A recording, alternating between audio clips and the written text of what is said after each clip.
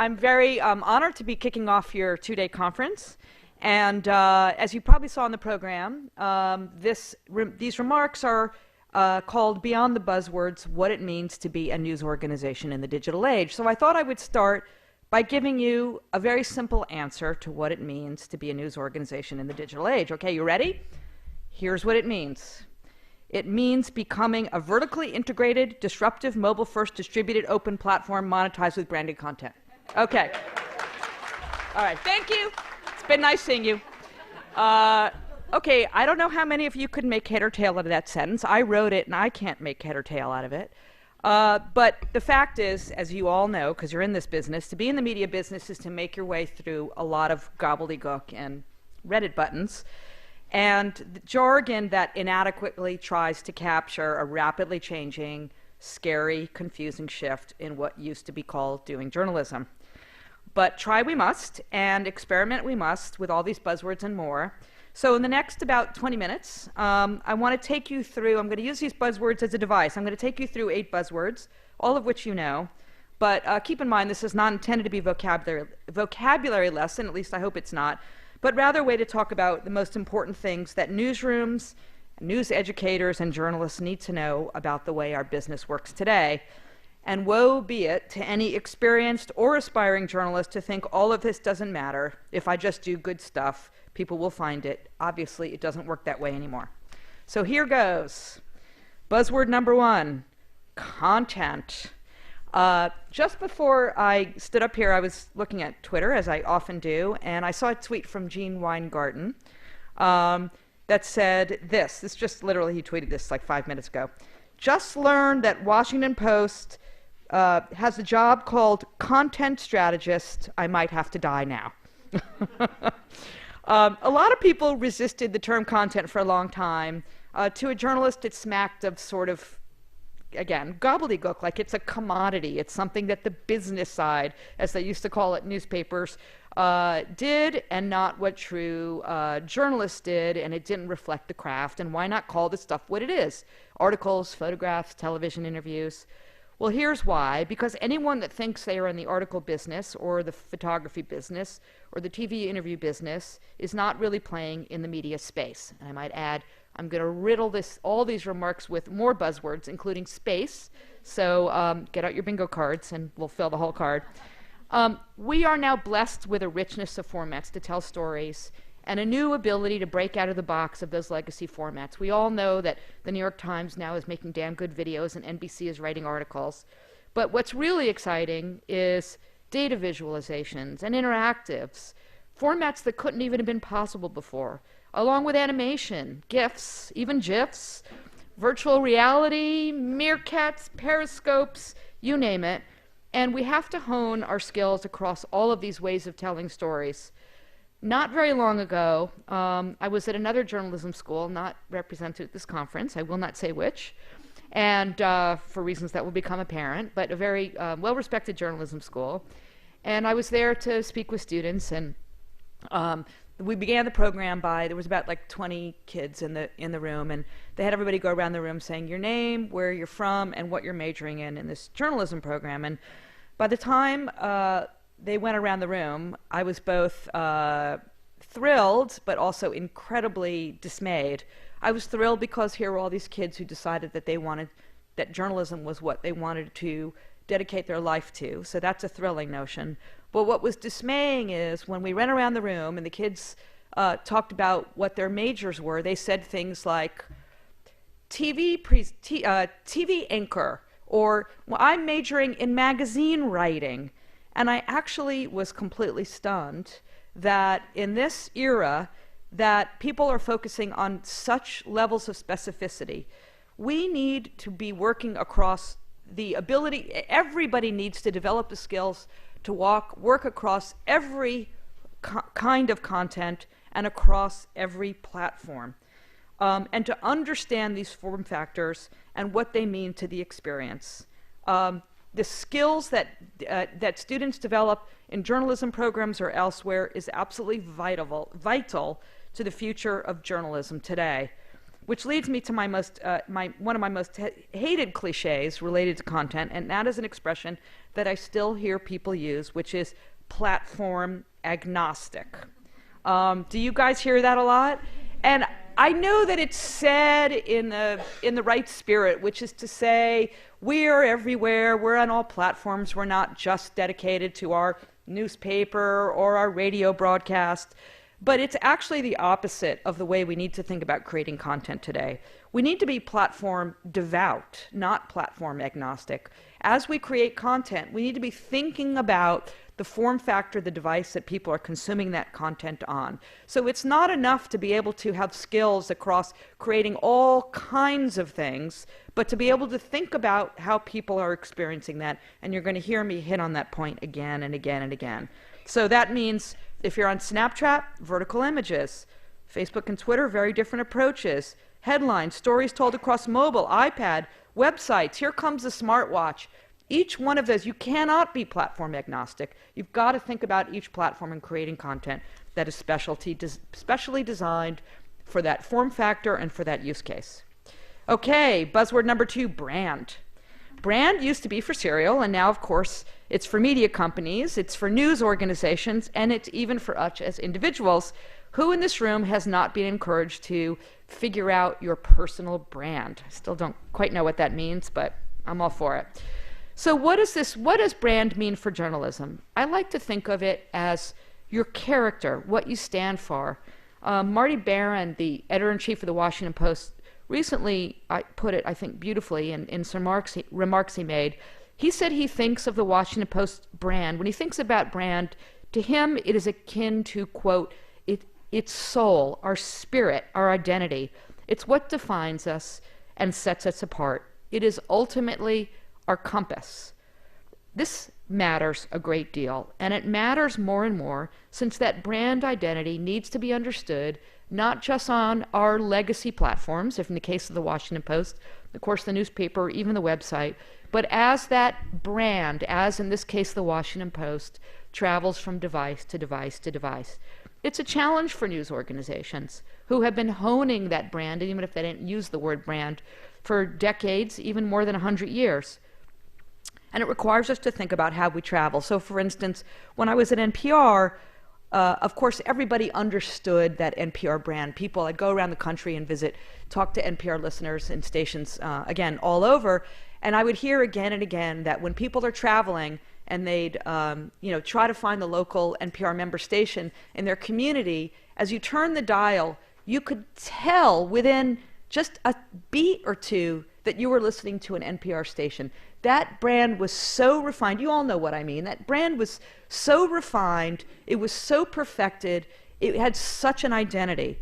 But what does that mean for digital? So we really sort of catapulted digital while I was at NPR, and we had to think about what does that brand that you so understand when you're listening to NPR on the radio, what does that mean when it's in words? What does that mean when it's in pictures? What does that mean when there's no sound at all? I think that we found a way, and I think many news organizations are trying to find that way. Anyway, that is brand. Okay, buzzword, phrase, actually this case phrase number 3, mobile first. This has become sort of the not-so-secret handshake. If you want to appear to be of the digital say, you say, oh, we're a mobile-first organization. And there's a good reason for that. 2/3 of Americans are smartphone owners. 69%, according to Pew, use their phone to follow breaking news at least occasionally. Fully 1/3 use their phone to follow breaking news frequently. On the revenue side, mobile ad spending will be 50% of all digital spending next year. That's where the money is going to come from. And in terms of how we do business, consider the announcement that Google has made in the last week that they are going to factor in mobile friendliness into their algorithm in terms of what is surfaced when you make a search. So in other words, if your content is not optimized for mobile, it's going to be ranked lower, and that can be devastating, as all of you know, for getting an audience. So okay, you get it, this is important, but what heck does it mean to be mobile first? To some, it means having a responsive design, and responsive design, as you know, is a design that sort of shrinks to fit the form factor, so it looks one way with multiple columns on a desktop, and on the tablet it's smaller, and it's got sort of continuous scroll when you're on the smartphone. But the interesting thing is responsive design is actually coming into is being questioned now, and I'm one of the people questioning it, because it defies in some ways something we talked about before, this notion of being platform agnostic, and is a shrink to fit of a website design, a desktop design, into a scroll on a smartphone. Is that really the best way to approach? So I'm not even sure that's the best example of mobile first. More importantly, what does mobile first mean for newsrooms and journalists? Number one, and this is really, really, really important, it means stop looking at your desktop computer all day. This is the hardest thing, and I'm speaking from personal experience because I have not achieved nirvana here. It is the hardest thing to break, because you want to have a big screen, you're using your email, you're looking at video, but it really is very misleading as a journalist to think that that's how people are experiencing your content. What else does it mean to be a mobile-first journalist? It means simple, obvious things that really, once you think about them, they're obvious but aren't so obvious, again, because you're looking at your giant desktop computer screen, like shooting video vertically. It's not the way we watch movies, but yet most people really don't want to have to do this. It means making your videos different lengths for different form factors. It's the way that you write. It's the way that you use pictures. It's the way that you think about mobile alerts. Like Goldilocks and the Three Bears, you don't want to do too much, you don't want to do too little, you definitely don't want to do too much. And it also has to do with the way that you think about sharing news and information with your audience in a continuous delivery. Incrementalism is the friend to mobile journalism. That is not necessarily the way that we've all been trained. Ultimately, it's about being mindful of, again, the way that your audience is consuming your content, mindful of the time of day that they're using it, and the likely environment. Are they standing in Starbucks and just taking a couple of minutes to look at the headlines? Or is it a more lean-back experience that they might have at other times of day? Okay, buzz phrase number 4, one of my favorites, vertically integrated. So vertically integrated had its 15 seconds of fame about 6 months ago. If you remember, Chris Hughes, who was one of the co-founders of Facebook, and good for him, has used the wealth that he accumulated there to give back to journalism. He bought the New Republic. But after a while, he was looking to get out of day-to-day running and stop hemorrhaging the money that the New Republic was at the time, and he brought in Guy Vidra from Yahoo. Guy Vidra came in, and as you know, the New Republic is sort of a very storied institution. It's got had a lot of exceptional journalists, mostly from sort of the old school variety. It's not a criticism, it's just sort of a fact. And he challenged the staff to think about the New Republic as being, and I quote here, a vertically integrated media product. So to the venerable staff, this was both incomprehensible and sacrilege, and on Twitter, the ridicule was global and epic. But what does that mean exactly, vertically integrated media product? To be sure, that is a really, really clunky corporate speak, and I would encourage you not to speak in words like that if you want to be understood. But I'm here to say that Guy Vidra was not wrong. Vertically integrated, or at least as I think about it, means controlling the content and the means of getting the content into the hands of consumers. So once again, the theme throughout all of these is thinking about what you do from the beginning to the end, from the reporting your story to figuring out the best form factor for that story, what's the best content format, how are people using it, how are you going to reach them, how are you going to have an impact. That's what vertically integrated means to me. That is our North Star and the aspiration intended in becoming vertically integrated. Buzzword number 5 isn't really a word that is jargon, but it's sort of become, and that is the word data, or data. That is sort of a normal English language word, but it has been turned into jargon because it has come to mean all things to all people. As a result, you have people, I've worked with a lot of news organizations, and I've worked across the industry at Twitter, and I see a lot of people in newsrooms going, data. The answer is data. We're all about the data. We need more data. And as a result, news organizations, many of them are drowning in data, but they are seriously starved of insights. The single most important thing you can do with this data that you have is to use it to understand audience behavior. This is the key to everything. It is the root of product development, marketing to the audience, reaching your audience, deriving revenue for your news organization, and yes, even content creation. The data that matters is your audience response that leads to action. Data is also an amazing, amazing thing that has come of age, really flowered in the last few years for news gathering. Just look at 538 and the New York Times, The Upshot, and a company that I'm consulting for now called Vocative, which uses unstructured data, analyze it, churns it, and discovers stories that were not possible before. Number 6, buzzword number 6, distributed content. I heard that in our introduction. Okay, so as you know, here's how it used to work. Reporters would write a killer story, and then the marketing and circulation department, and then they were done. And the marketing and circulation department got in the kid on the corner to say, read all about it. Of course, that's not in our lifetime. That's may as well have been 100 years ago. Everybody knew their job, and the competition was the guy across the street. For the New York Times, the competition was the Washington Post. For ABC, the competition was NBC. It really never was a zero-sum game, but that's the way most news organizations operated, and I'm sorry to say that that's the way some news organizations still operate. Well, look at the competition today. First of all, we're competing against the damn Reddit button, but we're also competing about where people really get their news, again, on our mobile devices.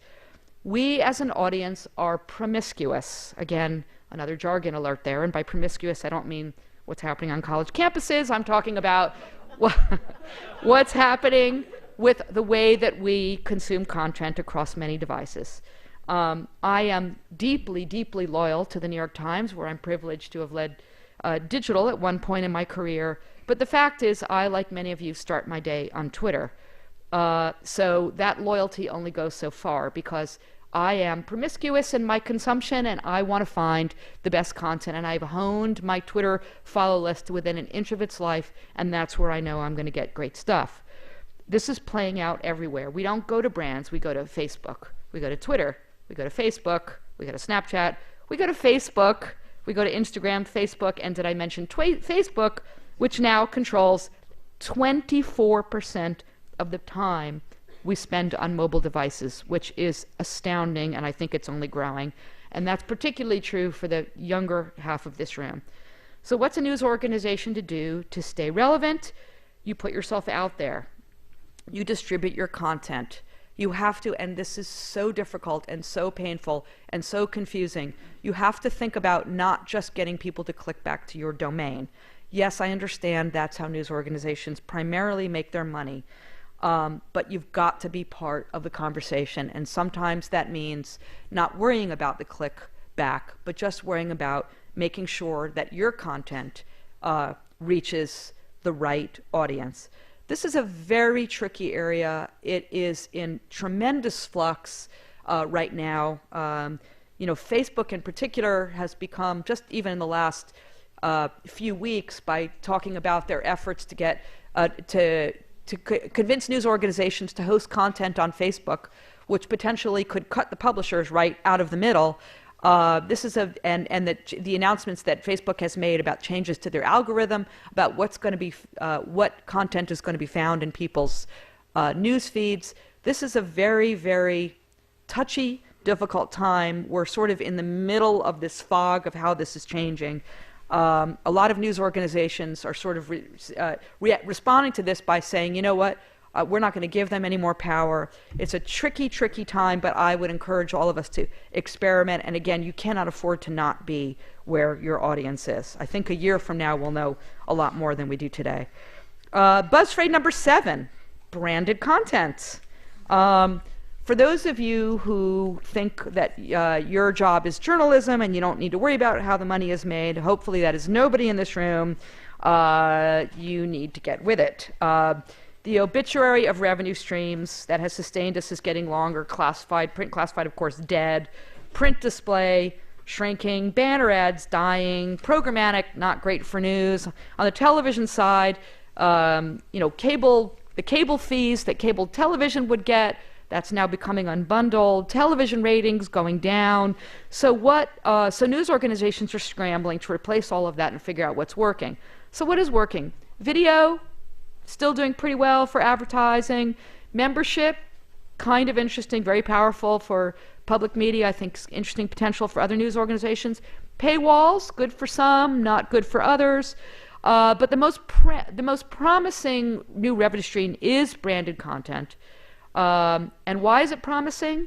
Why is it the most promising? It's because it taps into the core strength of what news organizations do. So just to define terms here for a minute, because there's a lot of people throw out branded content in many different ways. I'm defining here branded content as a news organization, and we'll talk about how that happens, creating content for advertisers, either about the advertiser's product or to appeal to the audience or the customer base, in this case, that the advertiser is trying to reach, and then publishing that content, clearly labeled, ideally on there on your domain, or distributing that branded content elsewhere. So there seems to be a lot of money in it, and again, it does make sense because it taps into what media companies do, which is tell stories very effectively using all of the arrows in our quiver that we talked about, words, pictures, interactive, you name it. It is particularly successful for a lot of the digital native companies, the pure plays like BuzzFeed, Vice, and Vox, but the New York Times is in the game, CNN's now getting into the game, The Guardian's in the game, everybody's getting into the game. It is full of landmines. First of all, how do you staff it? Organizations like the New York Times and The Guardian have essentially building up entirely parallel newsrooms full of people who are writers and illustrators and data visualization people, completely separated on different floors. But really you have, it's fascinating really, these two parallel newsrooms, because you want to try to keep these things separate for all of the principles of journalism that we know. That's really expensive. Some news organizations have decided to blend them, which makes us all a little oochie. Condé Nast, for example, has created a division called 23 Stories, where they're actually using journalists in their newsroom to create branded content for advertisers. And then there's those who keep them separate, but we find sometimes that that wall is a little porous. If you've been following what's happening in the last week with BuzzFeed, where some stories were killed because they insulted advertisers, allegedly they were spiked because they were hot takes and not it's all a little bit murky. But you can see how there's a lot of hot water here.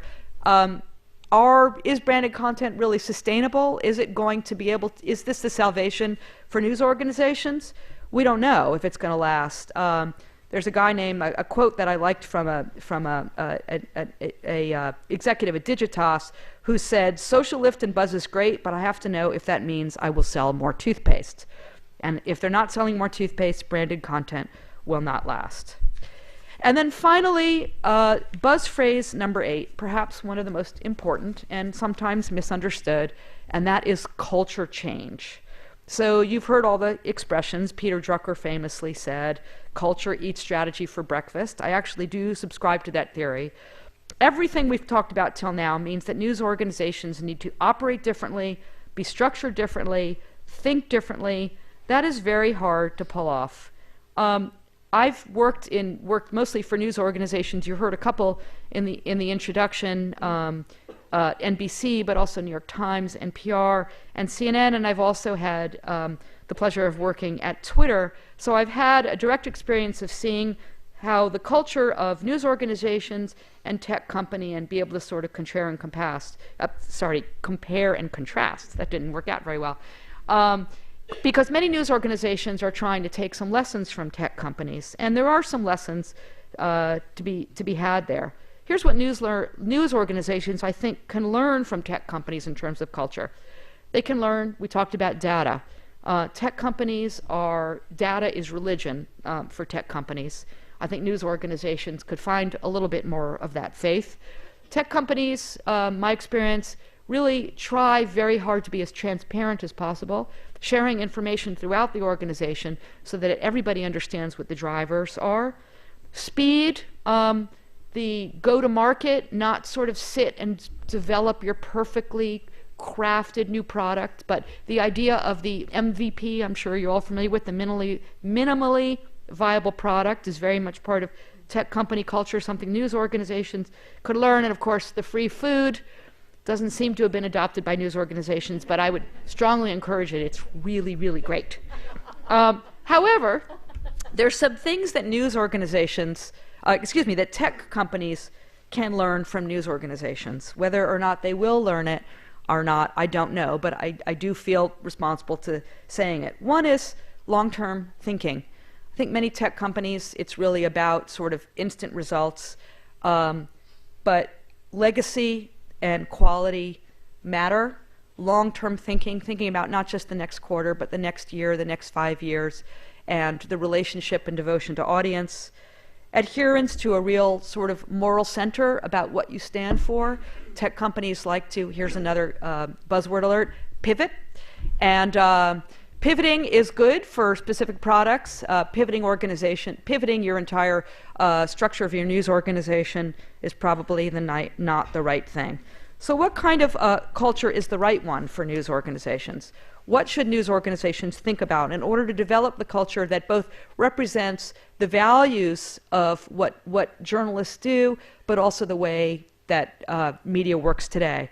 One is to break down the walls between the so-called editorial side and the business side. Now, let me be really clear.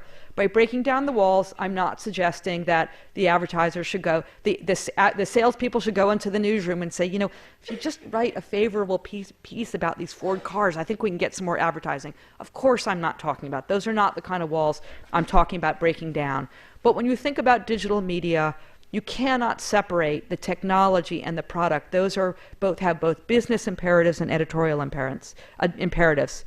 Technology in particular, we will arrive in that state of nirvana when technology is not something that we do, but technology is something that we are. Technology should fade into the background in the same way that electricity has faded into the background over the last 150 years. It should be central to everything we are. We will have arrived when there's nobody in a news organization that has the phrase technology or digital in their title. Transparency. I do think that this is, my experience with news organizations, something that can be worked on. My approach to sharing information is to start with the premise, is there some really compelling reason why this information cannot be shared, as opposed to, need to know. And this includes making sure that every person in the newsroom, every journalist has access to data. I do not believe that telling journalists how many page views their article had will mean that everybody's going to be doing cat videos. We're journalists, we're grown-ups, I think we can handle it. That the metrics, not that we are slaves to metrics, but that we can learn, again, from technology companies to pay close attention to all of that, and that legacy and talent matter. This is not a cultural shift. This is part of the culture of news organizations, long-standing, that we need to adhere to. So those 8 buzzwords with a whole bunch of others sprinkled in, and I've spared you many, many others that you'll be talking about throughout the rest of this conference. But they are, again, more than just jargon. They sum up, to me, to represent a new way of thinking, an openness to change, a willingness to test and learn and experiment. But they must be confined with a set of more enduring values, which have gone beyond BuzzFeeds. BuzzFeed. That was an interesting Freudian slip. They have gone beyond BuzzFeeds, and they've gone beyond buzzwords. And those are curiosity, integrity, character, bravery, open-mindedness, meticulousness, and accountability. Those core principles of journalism, combined with an embrace of the way that media works today, we can combine those together, then I have very high hopes for the future of journalism. So thank you very much.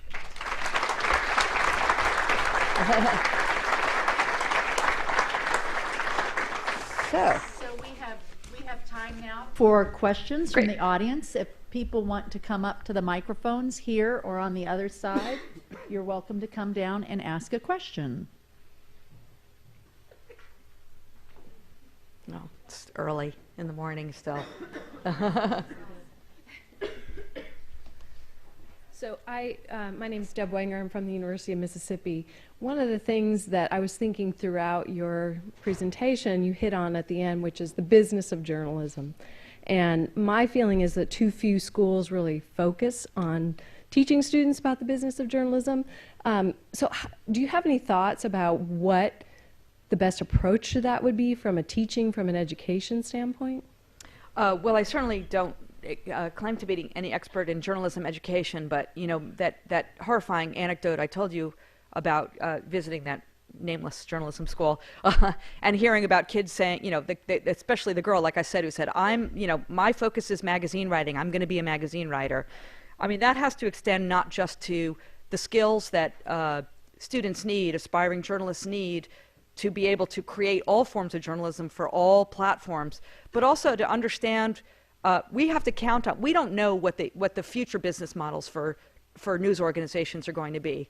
So I am counting on the next generations of journalists, those who are digital natives, who have grown up, you know, deeply understanding to their core what it means to be a mobile journalist, which those of us who are of a certain age will never understand as deeply as they do, to also find the answers to how we're going to monetize, again, another buzzword there. And I think we cannot separate the means of the acts of journalism and the mission of journalism from the support of journalism. I think those two things, that's what I meant when I said the business, we have to break down the walls between the business side and the newsroom. So really a holistic approach to teaching journalism and understanding how it's funded, to me, is critical. So.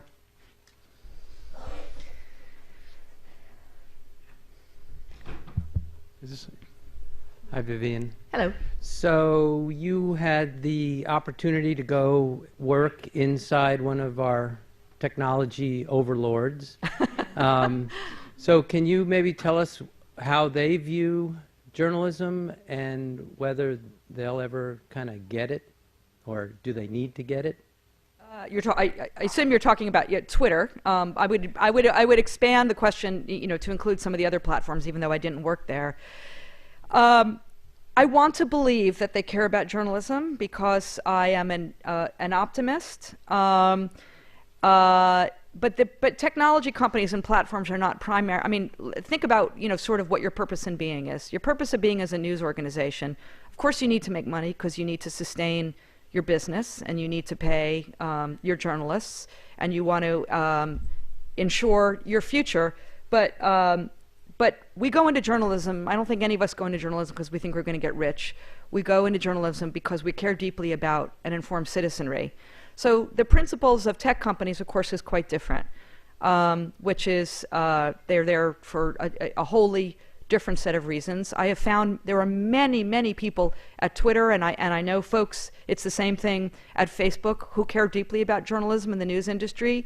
But at the end of the day, they care, from a corporate perspective, they care about news and journalism because it's good for their business. If it stops being good for their business, then you know, all bets are off. It's like I said earlier, it's a very interesting moment, particularly in Facebook and journalism.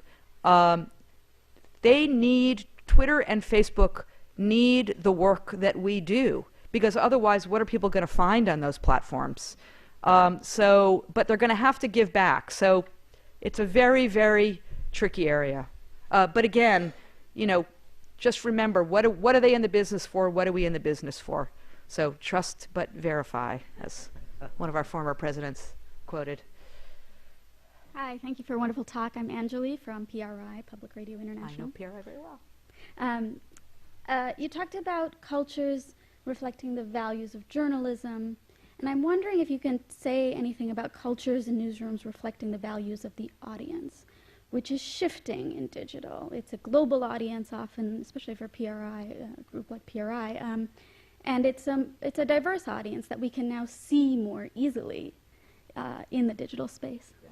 Yes, and thank you for bringing that up, because I probably didn't use the A word enough in these remarks, although it was sort of implied, or I would hope it was implied in everything that I talked about, which is, if you remember, I was talking about, it used to be you publish your story, and as a journalist then, you're done.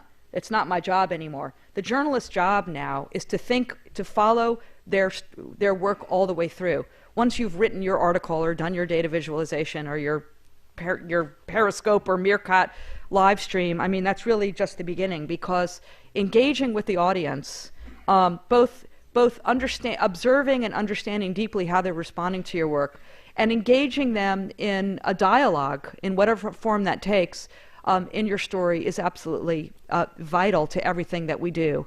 And diversity is key. We're reaching, and we do have more visibility than ever before. And it is the job of journalists to think about reaching. I mean, again, you think about what's the reason we go into journalism in the first place? Because we want to have an impact. We want to make sure that people are having stories that can inform the decisions they're making in their lives.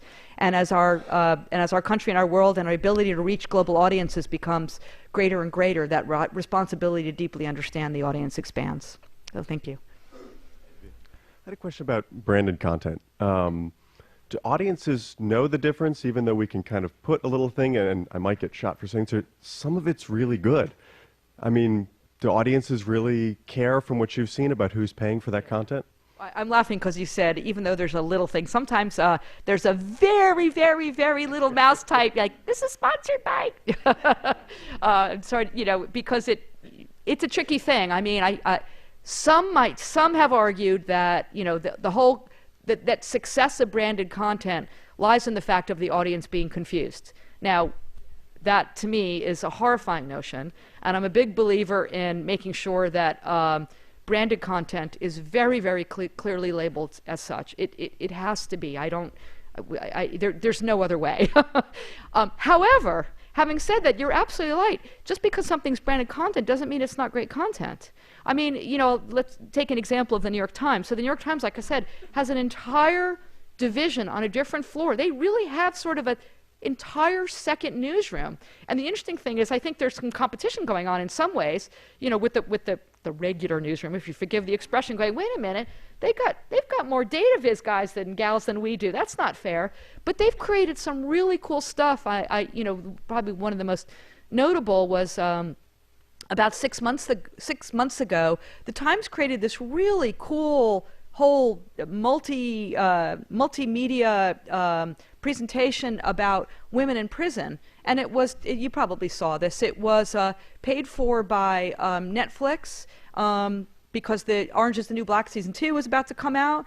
And it was a really terrific piece, and it had a lot of journalistic value. It was very informative. There was nothing unjournalistic about it, but let's be clear, it was created for an advertiser. That needs to be super clear. There were references, and it was surrounded by promos for Netflix and for Orange is the New Black. But I think it's a great service. Why not? Why not make this available to the audience? So to me, it's all about disclosure, and it's all about, and I personally believe that keeping the people that create that content and people that create journalistic content, even if they're both have journalism backgrounds, must remain separate. I want to say nice work on the username. Oh, yeah. There's a story behind that.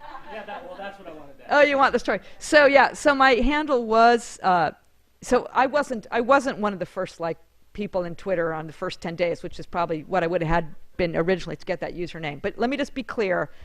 My original username was @Vivian Schiller. But when you go to Twitter, they give you, I don't know if this is still the case, but you have 30 days, and after that the window is closed. If you can find a username that is dormant meaning the person who originally had it, it's not just that they haven't tweeted in the last year, but they haven't logged in the last year, then you can get it. And so whoever this poor @Vivian person was, no, let me just be really clear. I did not steal this from an active user. And just to be in defense of Twitter, an active user is not necessarily somebody that tweets, it's somebody that logs in. Right. And so @Vivian hadn't logged in 5 years. So I got it. So that's a pretty pro tip, so thank you very much. Yeah, thank you. Yeah, you have to work at Twitter to do it, though. teach here at Mizzou, and I'm really excited about what you said about being a part of the conversation, finding where the audience is, and caring about things beyond the clicks back to the .com. And I'm not going to ask you if you have the answer for how that leads to measurement of journalism success, but I do wonder if you have any thoughts you could share about the path toward measuring that. If a newsroom is tight on resources, we're investing in this conversation and saying, great, look how many retweets we got. Yeah. And yet they're not coming back to read the story. How do you lead a newsroom through a conversation about why that matters and how it might eventually help their brand success? I think I don't have the answers. Let me just start by saying, but I think it's a blend, and I think we don't know how the business models are going to evolve. We're going to experiment a lot and discover it, but whatever business models emerge, my hunch is that it's going to have a lot to do with reach. Engagement is absolutely key, and there's a lot of discussion happening in the industry about new ways to measure audience and measure loyalty, whether it's time spent or some combination of time spent and repeat visits to your domain. That is absolutely core. I would say that's primary. However, there's something to be said about making sure that you're exposing your journalism, your content, to the widest possible audience. And we see some clues about how that might lead to more sustainable business models. For example, BuzzFeed, I don't have the statistics off the top of my head, so I'm going to mangle this, but if I remember correctly, Jonah Peretti did an interview recently, so you can find it online, so forgive me if these numbers are wrong, but directionally they're right. There was something like a 500 million, every month they had sort of a 500 million referrals back from social media. I'm not sure that number is right, but social media back to their domains, where of course they can monetize that through ads. But their reach, their impressions off-platform, where people never came back to a BuzzFeed domain, was some insane multi-billion figure. I want to say it's like 18 billion or something. I can't remember the number. That was the number of people that had exposure to a piece of BuzzFeed content on Twitter or Snapchat, and again, mostly on Facebook, and they're actually able to monetize some of that because their branded content deals, they're paid for exposure to that content for their branded content, not just people coming back to the domain. So that's just one example. That may not be for everyone, but I think being able to reach that broader audience, and further to the question earlier about reaching diverse audience, is really going to matter. So I don't know, but we just have to do it while things are sorted out. I know it's hard, but I think it's necessary.